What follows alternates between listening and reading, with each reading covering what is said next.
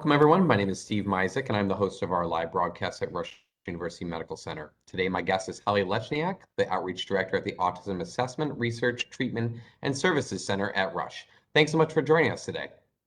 Thanks for having me. Happy to be here. Thanks. And so to get things started, tell us a little bit about what your role at Rush entails. Sure. So I'm a licensed clinical social worker, and as you said, I'm the Outreach Director for the Autism Center here. I provide clinical services to patients as well as assist with engagement and research, including individual therapy, group therapy, case management, and resource support.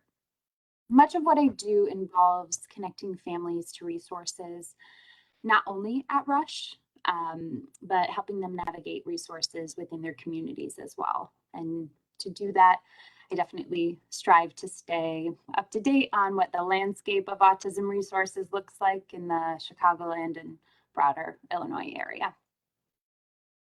Gotcha. And so for those of us who aren't familiar, can you tell us a little about some of the common ways that autism affects individuals? Sure. So broadly speaking, autism is a complex developmental condition. Common differences that we'll see involve persistent or ongoing challenges in social interaction or communication, which can include verbal as well as nonverbal communication. We sometimes see differences in restrictive or repetitive behaviors. It's common to see sensory differences such as hypo or hypersensitivity to environmental factors, things like sounds, tactile experiences, visual input, and all of those things can impact how an individual responds to the environment around them. Additionally, we might see some individuals who present with cognitive delays. And what we really see is the range of these symptoms are so different from person to person, from really severe to minimally impacted. So it's not one or the other. They can range depending on the symptom itself. And so it can be hard to make some of the generalizations of, this is what autism is, which is why it's so important to look at each individual, their strengths and their needs, and what their presentation looks like. Right, that makes sense. So with back to school season in full swing, we want to talk today about the challenges associated with young people on the spectrum going back to school while still navigating the COVID-19 pandemic. Given what you've told us about people with autism, what are some of these challenges that these young folks experience? Yeah, and it's tough for everyone, right? For parents, for teachers, for kids with and without autism. But I think Right. with that shift back to shift to remote learning and a shift back to in-person learning, it's a change, just like it was a year and a half ago. And we know that some individuals with autism can really struggle with changes in routine. So I think that's definitely one challenge that we see that's relatively common. I think with that transition, the environment is different, which can be favorable or unfavorable depending on the child. But what we see is that, some kids might have liked their quiet kitchen table or their cozy little desk area in their bedroom, having, space to themselves, mom or dad making lunch for them during the day, having a great break space. And all of that's Right. going to shift and change when we go back. There are other students in the classroom. There are shared materials, shared spaces, sometimes loud or unexpected noises, other people doing things that are unexpected. And so all of those create some differences in the environment that kids might have to readjust to, having been a little bit more isolated and contained in their home environments. So that's certainly a change that I've been working through and preparing for some of the patients and families that I work with here. And what are some of the ways that you're helping to prepare parents and their and patients when it comes to this transition? Yeah, though, it's different depending on the individual. As we know, autism can look really different, and therefore the needs can look really different based on the individuals. But I think as best we can, establishing routines and sticking to them. We can do this through things like visual schedules or social stories. Visuals might be things like schedules or picture cues, and a social story, for those that aren't familiar, is really just a story that's written or made for the individual that the story is being read to. It's specific and tailored to that person. And it helps to describe for that child a concept or a situation that they are likely to encounter. We use these to help kind of normalize feelings, um, provide expectations, what's expected of them, and what they can expect from other people or from the situation itself. And we use them to help kind of pre-teach what the child can do in these particular situations, what supports that they have, and depending on what the child needs, what kind of learner they are. They might be with pictures, they might be with words or videos to help support the learning style of that individual. So definitely establishing a routine and using those visual schedules and social stories might be one tool or strategy to help prepare for that. I think one of the other things that we do a lot in treatment, both with parents as well as with children or teens, is we really encourage practice and role play. So to help with these transitions, really as early as possible. For example, one of my families practiced their morning routine that they would engage in prior to a school day, which is very different than their morning routine maybe over the summer. So they would Right. practice getting up, brushing their teeth, getting dressed, packing their backpack, eating breakfast, and then driving to school. Or, for some, it might be walking to the bus stop or driving to the bus stop.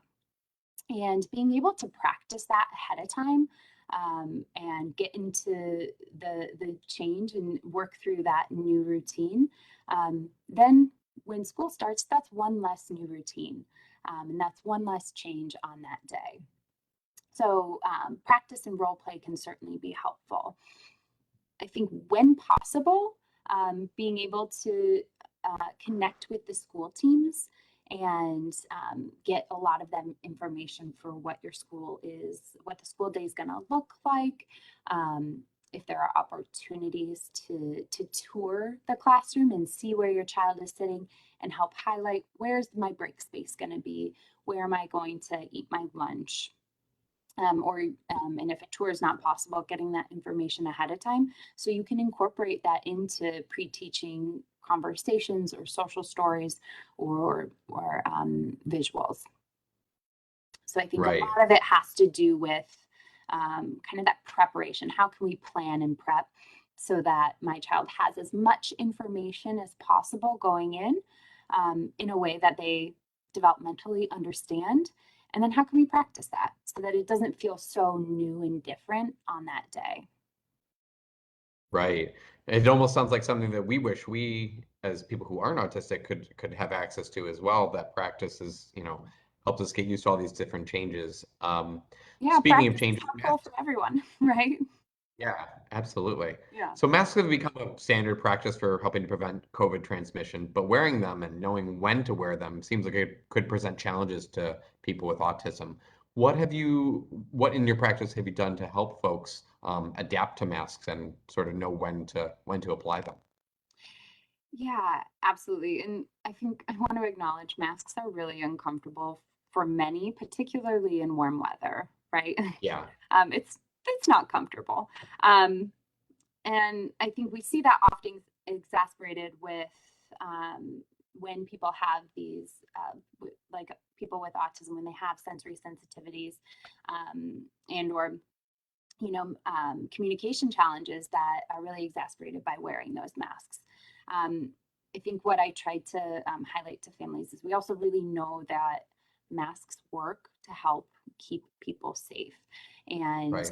so through a variety of some of the strategies I mentioned before in preparation, so with visuals, with social stories, with lots and lots of practice, helping kids get as comfortable and familiar with wearing masks as possible. I think one of the steps that I like to highlight with parents as well is a lot of times it's helpful to help explain to your child why they're being asked to do something.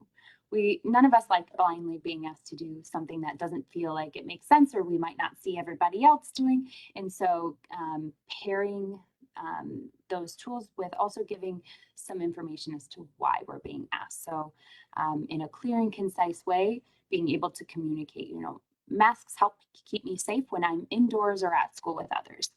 I can take my mask off at home or in the car with family.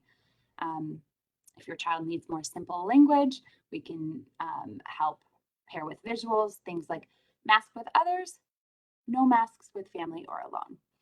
Visuals Mm-hmm. can really be paired with that language to help promote understanding. Some of my families, we've also used things like sorting activities. For example, it can be helpful to reinforce environments and people that I need to wear a mask with and environments and people that I don't need to wear a mask with. So picture like a T-chart, right? We have mask and no mask at the top, and then we have examples, whether it's pictures or words or cards of different places. My school, desk versus the kitchen table, the library versus my living room, the hallways, things like that to help provide expectations of when I'm going to be asked to wear it and when I can have it off. And then finally, I think modeling wearing masks ourselves, right? Helping to normalize that. I think for some of my really little guys, we'll put masks on our favorite plushies. We'll make sure siblings are also wearing masks. We'll model when can we wear them and when can we take them off. But in a lot of, when it comes to building up that tolerance to wearing it, a lot of it is practice. Practice makes perfect Yeah. indeed. 18 months in, some people are more than that now. People are still needing that practice, unfortunately, it seems like. So they're not alone of that. One concern that we've heard a number of times is that wearing masks can make it difficult for people to pick up on social cues. And as this is something that people on the autism spectrum sometimes struggle with, what can be done to help them navigate masked social situations? Yeah. And as with all of my other answers, I'm going to say it depends on the learner. Of course. And it depends on the child. But I think this has really encouraged us to think about how can we help to reinforce other ways that give us clues and help us determine the thoughts and feelings of others. So Hmm. so in a if we're working on social communication, right, we might engage in practice. What do the eyes and eyebrows tell us, right? When we cover our faces, our eyes and our eyebrows still tell us a lot. And how can we focus on that to give us those social cues? Um, what can we tell from the tone that somebody uses or um, the words that they use? What can we notice about body language? So there are many aspects, right, of verbal and nonverbal communication. And some of those are things that individuals with autism can struggle with. And so being able to, as with any skill, pair that with visual supports, modeling, role play, and most importantly, just that repetition of practice to help reinforce that can be really helpful. For some individuals, so families or providers have explored wearing masks that have a clear portion around the mouth Right. as a way to be able to see the other person's um, full facial expression or mostly full facial expression. Um, from personal experience, what I can say is they can be really helpful. Also, times they can be difficult to find, difficult to Hmm. use, and sometimes they can fog up. So um, I think those can be hit or miss. And so we've really practiced on what are other parts outside the bottom of our face? What are other things that we can do that can help give us information and help us pick up on how other people are thinking and feeling and how we can communicate with others. Certainly that looks really different for individuals who don't have verbal language and might not have the skills to think about some of those advanced social skills like body language Mhm. or intonation or tone. Um, and that's where we really do rely when we're thinking about communication, where we really want to strengthen use of whether that's AAC devices, so the technology devices individuals might use to communicate, or visual schedules, or other forms of communication that can be really helpful to pair. Right. So many of us have experienced quite a bit of whiplash with various COVID-related restrictions being lifted and then reinstated, going back and forth. What can be done to help autistic individuals cope with all these changes in expectations and habits when it's hard to predict what's going to happen in the future? Yeah, whiplash is a good word. It does feel, yeah, I think that's an accurate feeling for many. What I would say is, and what I've encouraged even with the families I'm working with, or the teens that I'm working with, is build that into your communication as early as possible. You know, right now it's safe to go to school. My teachers and parents will let me know when it's not safe. Um, what will I do if it's not safe? Where will I work? I'll work at my kitchen table, my desk, whatever the identified working space was prior to. Um, and I think being able to validate, right, that if that does change, um, that might feel really upsetting. And right now, not knowing if it will change is hard. Yeah, Acknowledging teachers are here to help, parents are here to help. You know, these are all the people I can talk to if I feel upset. These are all the strategies that I have and I can use. Um, and that's where we have, for some of my families, we're really working on them having a bank of um, visuals and social stories that they've used in the past that they might need to pull back out, right? And so having those accessible. So if there's an unexpected change, if I need to work at home, if there is a situation where maybe we only have a day's notice and a classroom might be closing. And so folks might need to quarantine at home, having those tools and visuals on hand so that you can implement and use them as they're needed versus waiting for them to or scrambling to create them. right. And then I guess the only thing I would add on to that is go back to that why, right? If we're really helping our kids understand, why are we wearing masks? Why am I going to school? Or why am I staying home? Reinforcing that idea of safe versus unsafe as best we can. Right.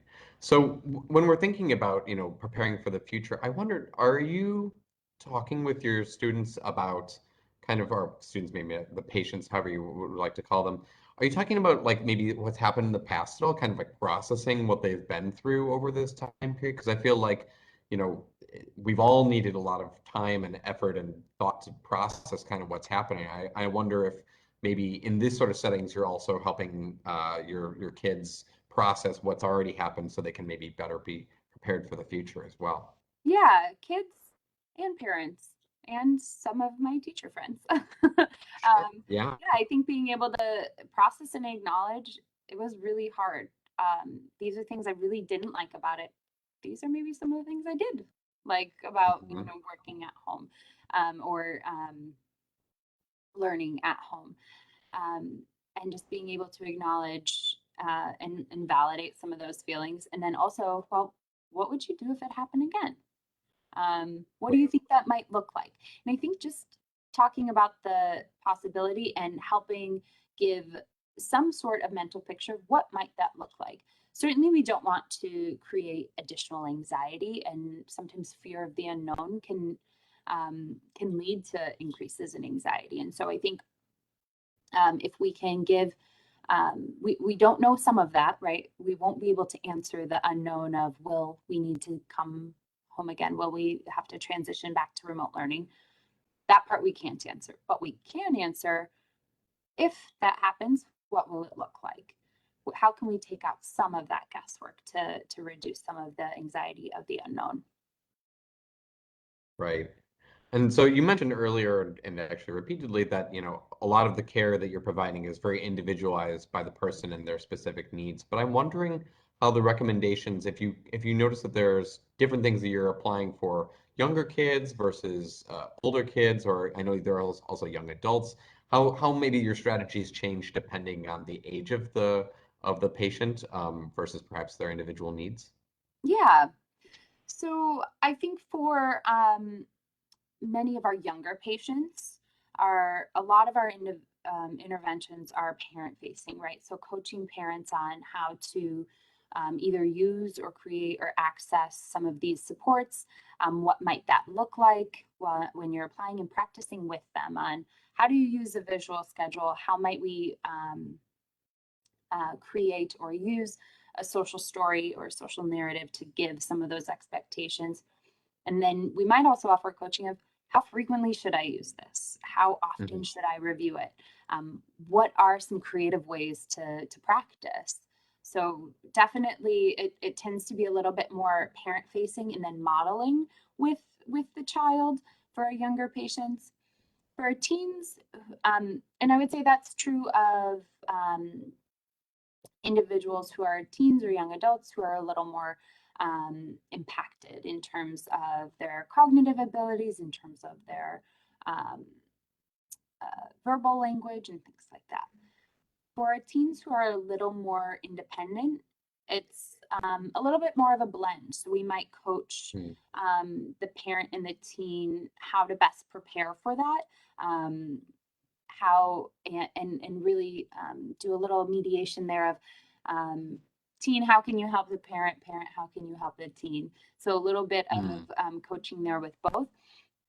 But then with the teens directly, being able to coach them one to one on how can you advocate for yourself Mm. and how can we practice and prepare. And this is, I think, true of all ages, but how can we practice and prepare use of strategies when we feel anxious, when we feel frustrated, when there's an unexpected change. And building that language around it so that we can reference, all right, this seems like this is an unexpected change, or seems like you're feeling anxious. What are your strategies when you're feeling anxious? And the more we practice, the more familiar those tools become, so that we can better access them in those moments, and ideally more quickly access them in those moments too. Right. So we've focused a lot on the patients, the kids themselves in this talk, but obviously parents of all sorts have been really struggling during the pandemic with the number of new responsibilities they've had to take on in addition to the other work-related stuff. And I'm wondering, we've talked a little bit about the strategies and things that you're doing kind of with the parents and their kids, but I wonder, is there any trainings or recommendations you're making specifically for parents about how to handle having a child on the spectrum in this really difficult time? Yeah, I mean, I think there are a variety of resources and tools out there. I think for most parents, one of the recommendations would be, if possible, schedule a one-to-one meeting or consultation with the teacher, Mm. or case manager or social worker. And that gets to kind of those individual needs, right? So being able to best prepare what's my child's classroom and environment going to look like, and what information can I share with you as the team who's now, working with him or her. Mhm. What can I share with you, and how can we be on the same page so that we can best prepare for this transition? Broadly speaking, there are a variety of trainings and supports ranging from more skills based, so parent trainings on how do I support behavior in the home, how do I promote social communication in the home. I think one of the things that often gets pushed to the bottom of the list is for parents, like, where am I getting my release? Where am I getting my support and my Right. outlet for connectivity and support? And there are a variety of really great parent networks and parent support resources that exist as well, where parents can really just connect with each other, learn from each other, and just feel heard, which I think is, again, as parents, sometimes we put ourselves last. And Right. it's definitely one of the things that I think should not be overlooked in such a difficult time for many. Yeah, absolutely. So you mentioned a couple of these resources, maybe like groups. Can you maybe share kind of a top view of some of the like ones in Illinois that are helpful to parents and their kids beyond the Arts Center? Yeah, for like parent support groups, I think there's a couple really, I mean, this is not a finite or uh, Exhaustive list. exhaustive. Thank you. Exhaustive. This is Yeah. not an exhaustive list, but I think the answer is the Answer Inc. is one parent advocacy agency that does so much work and support within this area. I think for Spanish speaking families, Grupo Salto and Lula, it's based on the north side, whereas Grupo Salto's central southwest side. Um, are both really great advocacy and family support agencies. City of Support is another one that's based primarily for younger families, but based in the northwest suburbs, but they have meetings at times in Chicago and southwest suburbs. Um, and then the Autism South Suburban Parent Network Group that meets on the south side of, or the south suburbs, is another really great one too. I'd say for families or providers that are looking for those, the Autism Resource Directory has a really nice kind of compilation of some of these resources for caregivers that you can find based on your area. Um, and you might be able to kind of find the one that matches best with you. Right. Well, thank you for listing those resources. I'm sure someone out there will find them useful and hopefully get Oh, some great help since from them. So, since well, folks we do are have to. wait, So go sorry. ahead. Go ahead. Go ahead. Since folks are on Facebook, and these are all Facebook users, one other one I Hmm. want to point out is iPad Unite, IPADDUI or UNITE, iPad Unite. That is open to individuals with autism or other parents of individuals with autism or other developmental disabilities, and it spans age ranges. But that's a really good kind of online forum for discussion that I know is really active, and so that might be a nice resource for folks too. Sorry. Thank you. Thank you for adding that, especially for our Facebook audience. Mhm. Well, now we do have to wrap it up, but thank you, Holly, so much for taking the time to talk with me today. And thanks to Absolutely. everyone who tuned in and participated and offered their comments. We really appreciate it. We encourage you to visit rush.edu for more information about our autism resources and stay tuned for more live broadcasts from Rush. Thanks again, everyone. Have a great rest of your day.